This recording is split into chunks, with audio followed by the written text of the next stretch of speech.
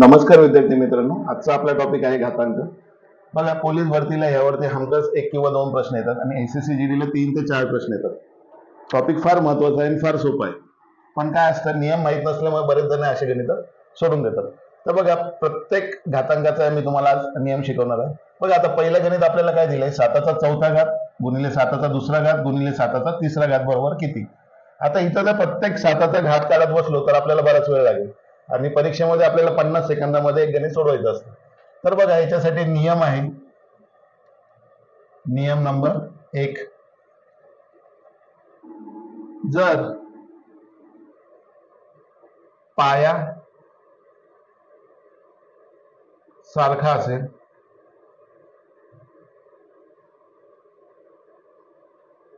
गुणाकार सांगितला असेल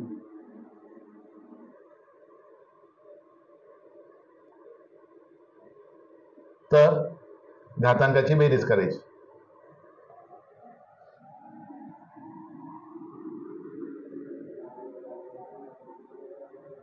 ठीक आहे. आता बघा, इथे 7चा चौथा घात, 7चा दुसरा घात, 7चा तिसरा घात, पाया काय आहे 7, हा काय सारखा आहे, मग आपण काय करणार, 7 घेणार आणि घातांक काय दिले 4 अधिक 2 अधिक 3 या घातांकाची बेरीज करणार. मग बघा, 4 आणि 2 6, 6 आणि 3 9, याचं उत्तर असणार आहे 7चा 9वा घात. ठीक आहे. याच पद्धतीने बघा, आता पुढचं गणित काय दिलेलं आहे, 11चा 6वा घात भागिले 11चा दुसरा घात. याला नियम नंबर 2 आहे. हा नियम काय सांगतो, जर पाया सारखा असेल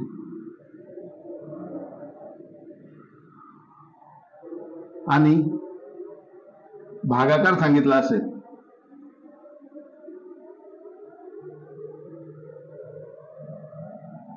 तर काय करायची, घातांकाची वजाबाकी.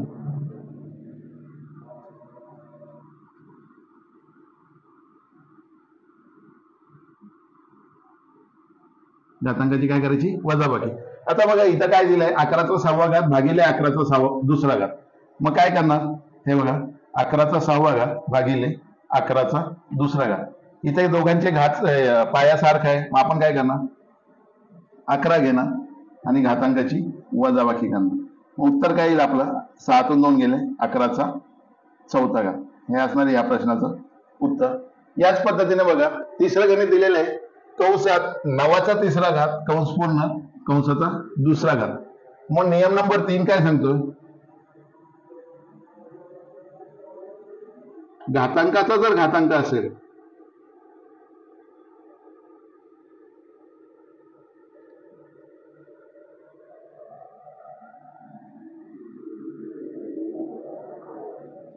तर दोन्ही घातांकाची किंवा जेवढे घातांक असतील तेवढे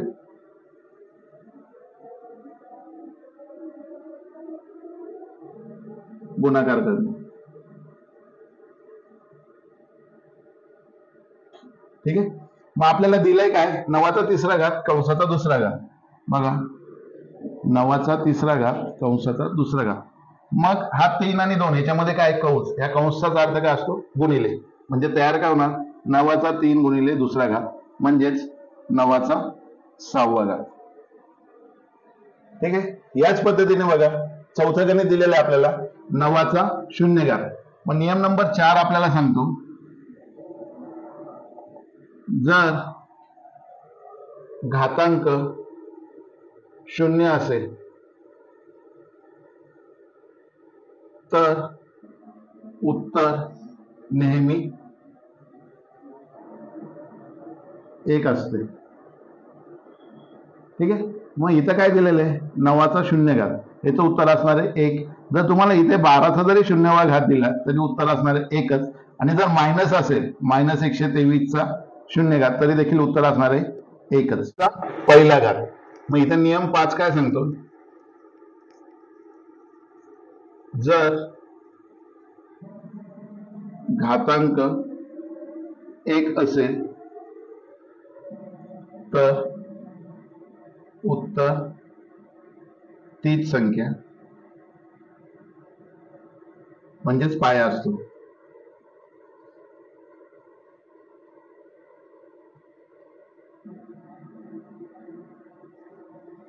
तर बघा इथं काय दिलंय, 9चा पहिला घात, तर याचं उत्तर काय असणार आहे, 9च. ठीक आहे. आता बघा 6वं गणित आहे, 5चा x घात बरोबर 5चा 8वा घात, तर x बरोबर किती. आता बघा नियम 6वा, हा नियम काय सांगतो, जर संख्या बरोबरीत असतील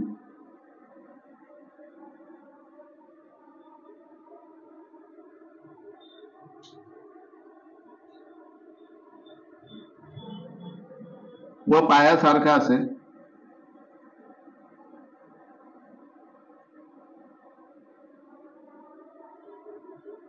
तर घातांक देखील सारखा असतो.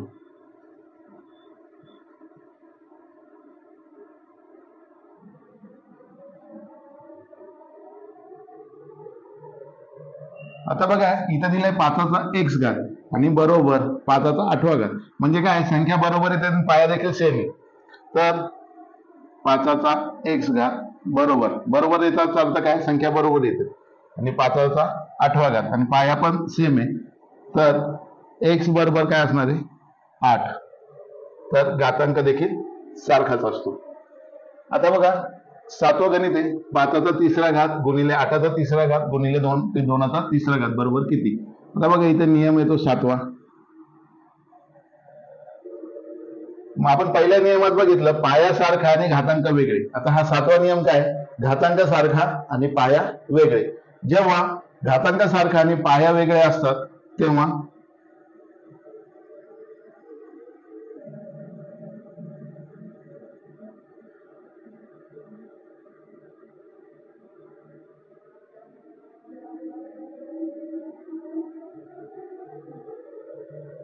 पायांना आपण एका कंसात घेऊ शकतो.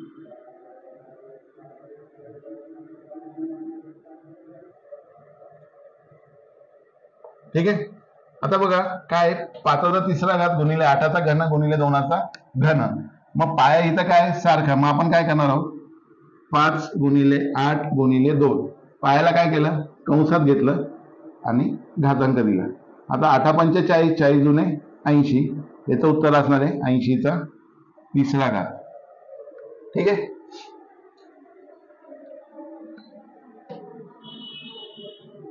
आता बघा 8वा प्रश्न आहे, 8वा नियम 8वा प्रश्न आहे, 1/5चा दुसरा घात बरोबर किती. जेव्हा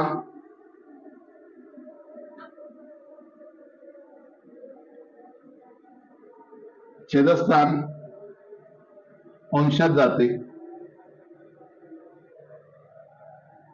किंवा अंशस्थान छेदात जाते तेव्हा घातांकाचं चिन्ह बदलते.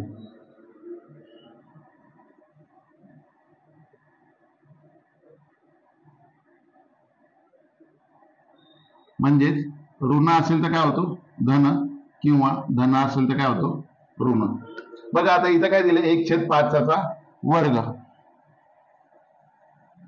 बरोबर किती. ठीक आहे. आता ह्याचं उत्तर काय असणार आहे, ह्याला जर आपण उलट केलं तर तेच उत्तर असणार आहे 5चा वर्ग छेदिले 1. पण त्यांनी मग नियम काय सांगितलंय, घातांकाचं चिन्ह काय होतं मायनस, म्हणजेच आपलं उत्तर काय असणार आहे 5चा मायनस दुसरा घात. ठीक आहे. बघा 9वा प्रश्न आहे, ऋण 2चा घन गुणिले ऋण 3चा वर्ग गुणिले ऋण 1चा घन. बघा हे गणित सोडवण्यासाठी आपल्याकडे नियम 9वा. 9वा नियम काय सांगतो, ऋणभारित संख्येचा घातांक समसंख्या असते. ऋणभारित संख्येचा घातांक समसंख्या असेल तर उत्तराचे चिन्ह धन येते, आणि ऋणभारित संख्येचा घातांक विषम संख्या असेल तर उत्तराचं चिन्ह काय येतं ऋण. तर यात एक चार्ट दिलाय, टॅली करून घ्या, अभ्यास करायचा. बघा ऋण 2चा वर्ग, आता हा ऋण 2 याचा घातांक काय आहे समसंख्या. ठीक आहे. मग बघा ऋणभारित संख्येचा घातांक समसंख्या असेल तर उत्तराचं चिन्ह धन येते. तर ऋण 2चा वर्ग काय आला 4. आता इथे बघा तसंच ऋण 5चा घन ही काय विषम संख्या, 3 काय विषम. तर 5चा घन काय येतो 125, पण ही जर घातांक हा विषम असेल तर उत्तर पण काय येतं ऋण. तसंच बघा 3चा घन ऋण 3चा घन काय 27, घातांक ही विषम संख्या आहे तर उत्तर देखील काय ना ऋण.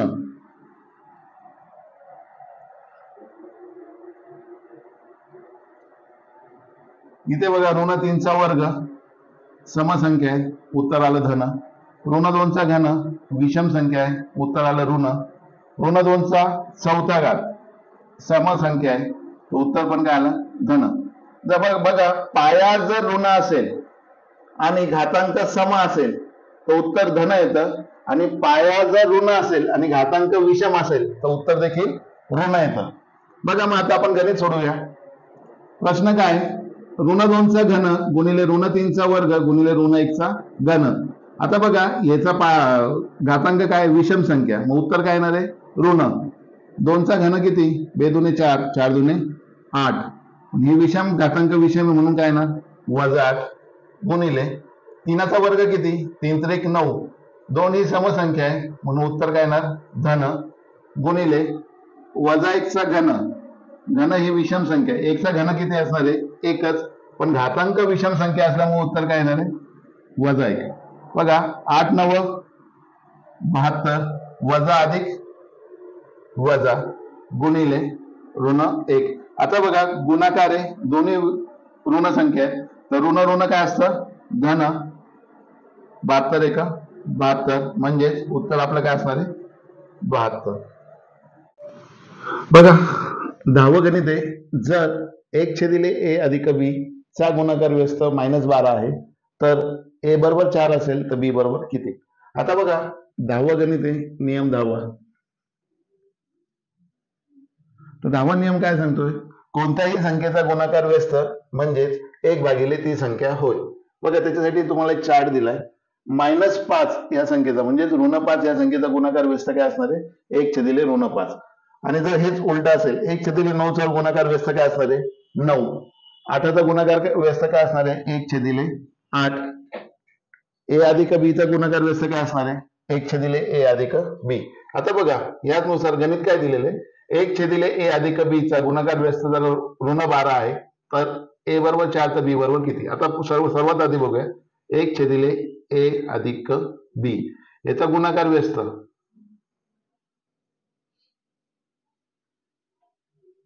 काय असणार आहे बघा इथं दिलेल्या सूत्रात 1/a अधिक b असेल तर गुणाकार व्यस्त काय असणार आहे a अधिक b. ठीक आहे. मग a अधिक b बरोबर काय दिलेलं आहे ऋण 12. ठीक आहे. आता याच्यामध्ये आपल्याला a ची व्हॅल्यू दिली 4, a ची व्हॅल्यू 4 अधिक b बरोबर ऋण 12. मग आपल्याला काय विचारलंय b बरोबर किती. मग बी काढण्यासाठी काय करायचं बी जसाच्या तसा बरोबर ऋण 12. आता हा 4 इकडे काय अधिक इकडे जाऊन काय होईल तो -4. मग बी बरोबर वजा वजा काय होतं अधिक 12 आणि 4 16 आणि मोठ्या संख्येचं चिन्ह देतो. मोठ्या संख्येचं चिन्ह काय ऋण तर आपलं उत्तर असणार आहे ऋण 16. तर बी बरोबर काय असणार आहे ऋण 16. बघा 11वं गणित आहे 8चा घन गुणिले 8चा ऋण 4था घात चा गुणाकार व्यस्त छेदिले 8चा ऋण 6वा घातचा गुणाकार व्यस्त. आता बघा पुन्हा 11वं गणित आहे याला पण नियम आहे 11वा. घातांकित संख्येचा गुणाकार व्यस्त म्हणजे घातांकाचे चिन्ह बदलले होय. बघा त्याच्यासाठी उदाहरणार्थ तुम्हाला दिलेले 5चा घन याचा गुणाकार व्यस्त काय होणार आहे 5चा ऋण 3रा घात. एक्सचा वाय घातचा घन काय होणार आहे एक्सचा ऋण वाय घात. आणि जर संख्येतच पहिल्या संख्येतच जर असेल 9चा वजा 8वा घात तर त्याचा गुणाकार व्यस्त असणार आहे 9चा 8वा घात. ठीक आहे. मग आता बघा गणित काय दिलंय 8चा 3रा घात गुणिले 8चा 4थ्या घातचा गुणाकार व्यस्त. मग गुणाकार व्यस्त काय असणार आहे 8चा 3रा घात गुणिले 8चा 4था घात गुणाकार व्यस्त सांगितलाय म्हणजे हा ऋण आहे तो काय होणार धन 8चा 4था घात छेदिले 8चा 6वा ऋण घात आहे 8चा ऋण 6वा घातचा गुणाकार व्यस्त मग काय असणार तो 8चा धन 6वा घात. ठीक आहे. मग बघा इथे नियम नंबर 1 लागणार. पायासारखा आहे तर काय होणार, घातांकाची बेरीज म्हणजे काय असणार, 8 3 अधिक 4 चे दिले 8चा 6वा घात. मग 8 3 अधिक 4 किती झाले,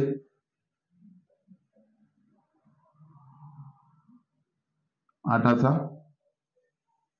7वा घात चे दिले 8चा 6वा घात. ठीक आहे. आता बघा इथे परत नियम नंबर 2,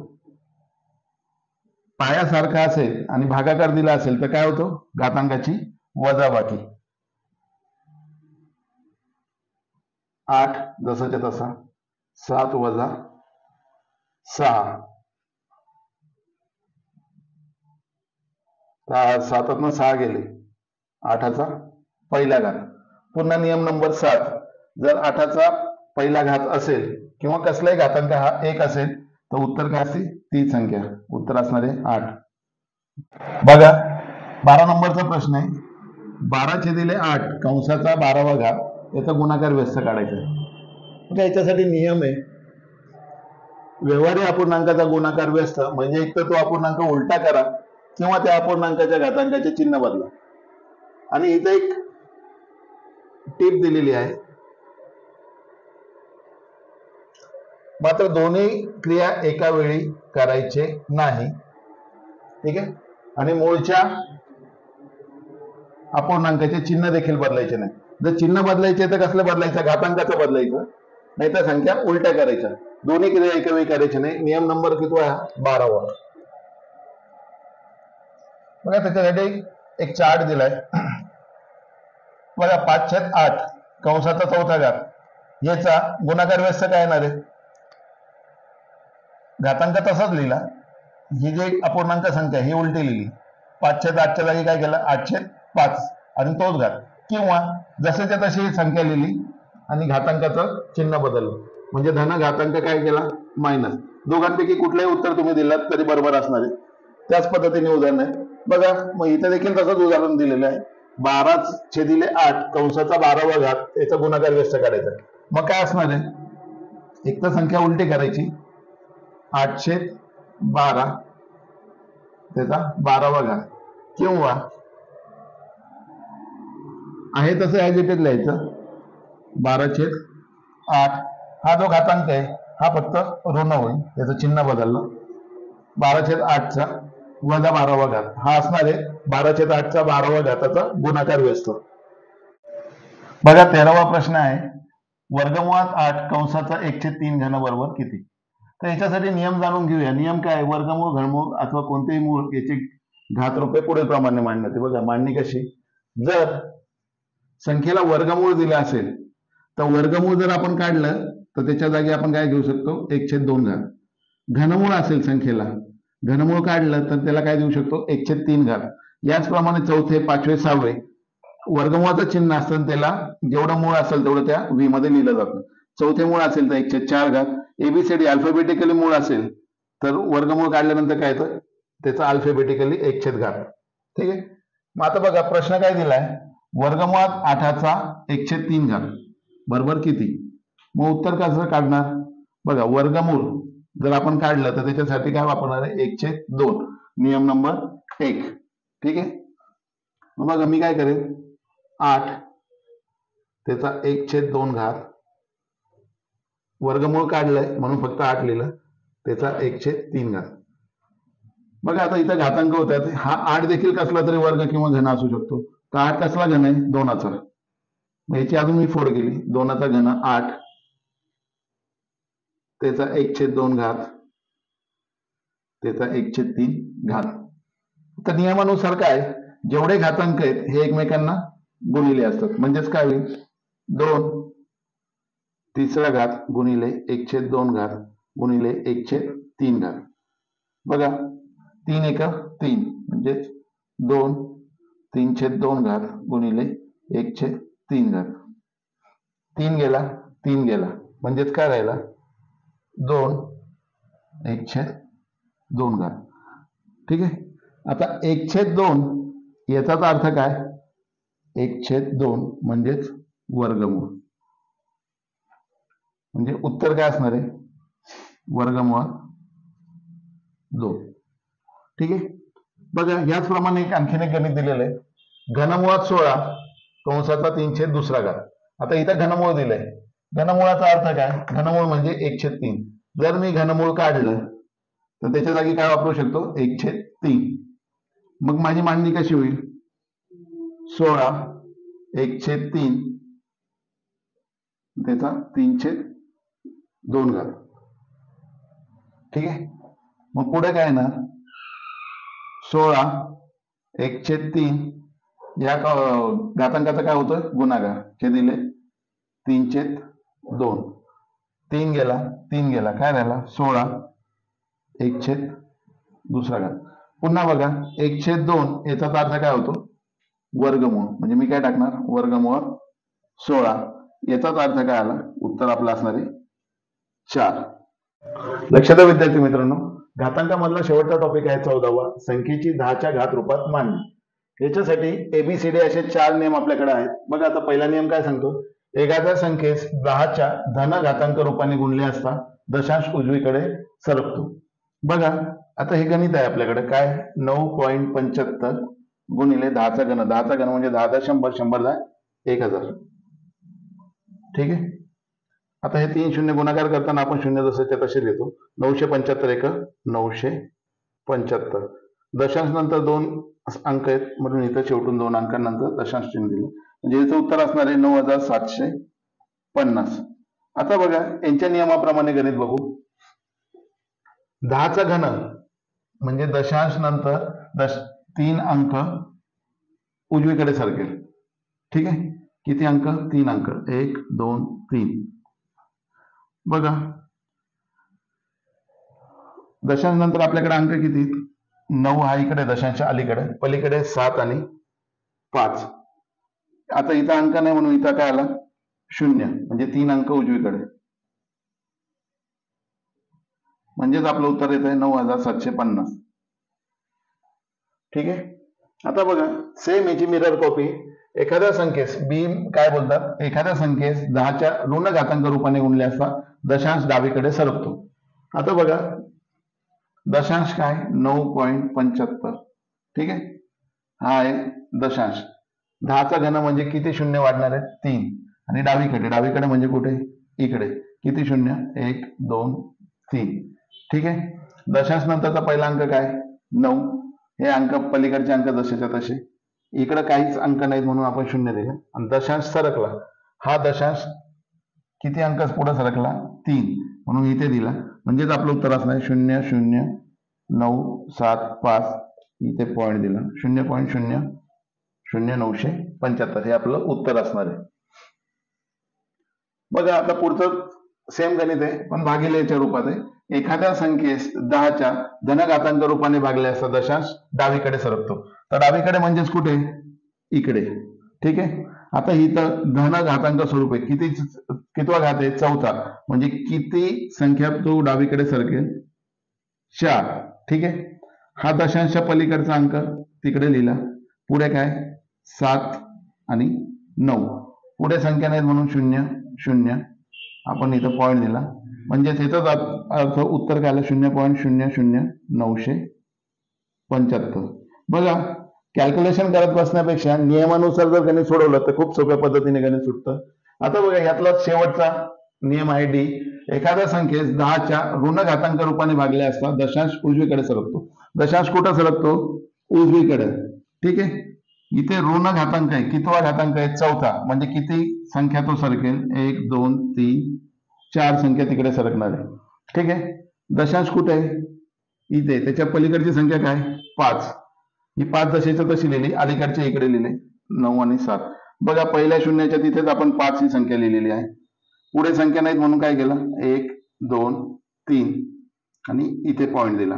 हा जो दशांश आहे हा 4 अंक पुढे सरकला, म्हणजेच आपलं उत्तर काय आलं 9,75,000. ठीक आहे. धन्यवाद.